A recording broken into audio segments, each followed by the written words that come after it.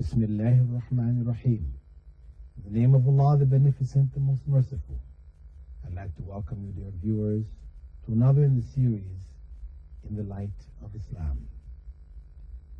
And with that, I greet you, Assalamu alaikum wa rahmatullahi wa barakatuh. May Allah's peace and blessing be upon you. And thank you for being with us in this series, in which we have sought to clarify the Islamic position with regard to problems which our viewers have sent in. In the previous segment, we were looking at some questions from a young girl from Dubai who was in grade 10, and she questioned us concerning drawing and the liking of actors and talking to boys, etc., and we answered those questions. There remained one question in which she said, I sometimes get gas problems, and because of it, it is hard for me to pray. So during my prayers, if my wudu breaks, I sometimes continue because I know that if I do it again, it will break again. So what shall I do? Now, the issues of gas. First and foremost, I would say that they may be due to certain foods that you're eating. So it's important for you to find out what is the cause and then avoid these so you don't have this problem. Try to remove the problem first. But in the meantime, what to do? The point is that if you are in a state where you're unable to prevent yourself, where the passing of wind or gas is a constant thing, constantly, such a situation, then it's permissible for you to make ablution once and then do your prayer. Make your ablution before each prayer. However, I'm sure this is not really the case with a young person like yourself, and that just, from time to time, when you're praying, it becomes very strong and you break. In such a time, what you do is that you go and make your wudu over again, and you struggle. You may do some exercises, because there are certain exercises which help you to pass whatever gas is in your stomach. There are certain exercises which you can do, which you do, by, these are physical exercises which you do, which help the gas to pass from your body, and then you're in a better position to make prayers. But for you, I would tend to think that it's not a chronic problem, meaning that it's a continual thing, that you're just passing gas all the time, like every 5 minutes, every few minutes you're passing gas. That you have no ability, physically, you have no ability to stop this gas from passing. If you're not in that kind of situation, then you cannot continue in the prayer in that state. If you're praying and you pass gas, then you must stop the prayer immediately, go and make wudu over again. That is the basic principle in Islamic law. Even if you're praying in a group, you could be praying with a group of other women in the mosque or whatever. If you pass gas, pass wind, you must leave the prayer immediately, because the prayer is not accepted, as the Prophet Muhammad, may God's peace and blessing be upon him, he said that prayer is not accepted by a person who is not in a state of tahara and wudu until they make that tahara or wudu. We have a couple of questions here from Aisha in Dubai. Short questions. Should women cover their aura while taking ablution? If a woman is making wudu, ablution, washing herself for prayer, is it required for her to cover her aura? That is, to cover the parts of her body except for her face and hands. Now, there are two issues here. If she's in the presence of men, then she should not expose herself while making wudu. We discussed this in a previous program. But now, some people are promoting the idea, mistakenly, that if a woman, for example, is in her home, she's by herself, she's in the bathroom, that she has to cover herself up while making wudu. No, it's not a requirement. you're in the bathroom, you're wearing whatever you wear in your house, to make wudu, and your aura, maybe part of your leg, part of your arms, your hair is exposed whilst making wudu in private, this is perfectly permissible. The second question, should women cover their feet while praying? Many of them do not cover. The Prophet Muhammad, may God's peace and blessings be upon him, his wife, Salama, when she was questioned about a woman praying in a dress, a shirt-like dress, long, she said that the Prophet, had instructed them that it is not permissible for a woman to pray in these garments except if it is loose, not form-fitting, showing the shape of the body, and it is long and covers the tops of their feet. So the tops of the feet from the dress that they're wearing should be covered by the garment during prayer. If the garment happens to be a bit short, then they should wear some stocking, some socks or something like this.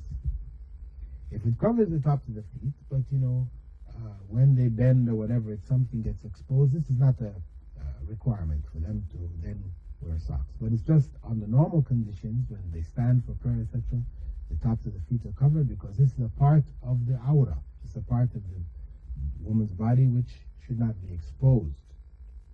The Prophet Muhammad, may God's peace be upon him, had said, when a young woman reaches puberty, nothing should be seen of her except for her face and hands. So this has been specified. The feet are a part of the aura. So they shouldn't be exposed under normal circumstances, meaning that the garment that is being worn outside of the home, etc., should normally cover the feet. We have a question from Sister or Miss Shahnaz, writing from Ajman. She says, "Dear Brother Bilal, Jazakumullah khairan. In my mind, I have a few questions and hopefully request you to clarify them. They are as follows. Why does the hijab include head cover? Apart from concealing the beauty of one's hair, is there any other reason for head covering?" What you're asking here is the hijab, meaning the covering of the woman's body. Why does it include her hair? Is it only because of the beauty of the hair that it is required to be concealed? This is fundamentally the reason. Because the hair is a means of attraction. All we have to do is look at the beauty salon business which exists in the world today. It's big money. What is done to women's hair, and including now men's hair, is big money, because the hair is a point of attraction. So beautifying it in one way or another, in styles, and etc., is a means of attracting the opposite sex. And since women fundamentally, use the hair in this fashion naturally, and fundamentally they do it, Islam requires that they cover their heads except for the face. So the fundamental reason is to cover that aspect of their beauty from the society at large, to minimize the level of sexuality in the society, so that in times of contact between males and females, their contact is one which is professional, not one which is sexual. That the man, in talking to a woman, is not looking her up and down and judging her physically, and thinking in terms of her sexuality, but communicating with her as a person, only dealing with the issues at hand. This is in order to protect the woman.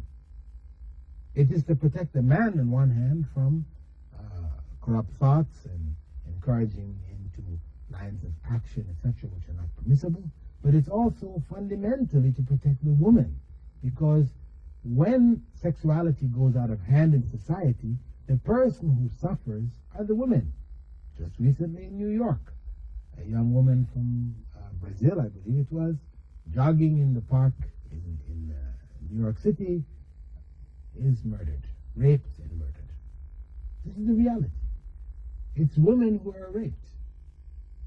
So violence, sexual violence, abuse, and oppression is heaped upon the women in the society. So this covering is for their protection, to protect them from the males by minimizing, by lowering. I mean, of course, there are laws there of punishment, etc., to punish the males when they do so. Islamic law, if a man rapes a woman, especially using violent means, knife, etc., or guns and so on, they are executed. Islamic law is very severe with regards to rape. However, the law doesn't function in isolation of the rest of the society, wherein women are allowed to promote their beauty, encourage these feelings amongst men, and then slap the hand of the men or cut their heads off or whatever. No. The two have to work together. On one hand, the law is severe for those who break it, but on the other hand, it also minimizes, by requiring this covering for women, it minimizes the sexuality in the society. Question number 2 from Sister Shahnaz. Games of chance are forbidden. There are infinite competition in which the winners are chosen through draw, and there are also different kinds of collect and win, scratch and win, etc., etc. Which out of these are permissible? Fundamentally, what is not permissible about games of chance is gambling, where people are involving money.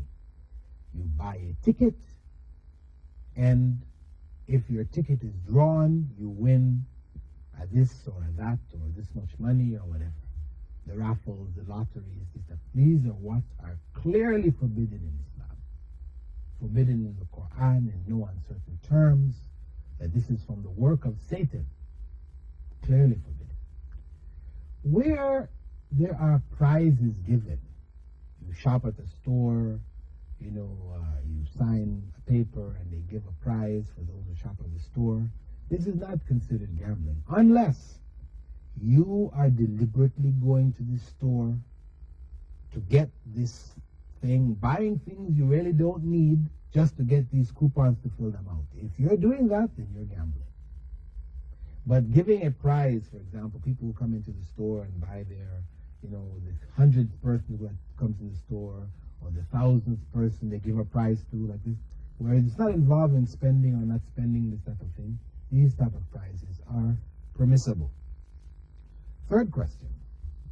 The Quran mentions Jesus as the Word of God. So does the Bible.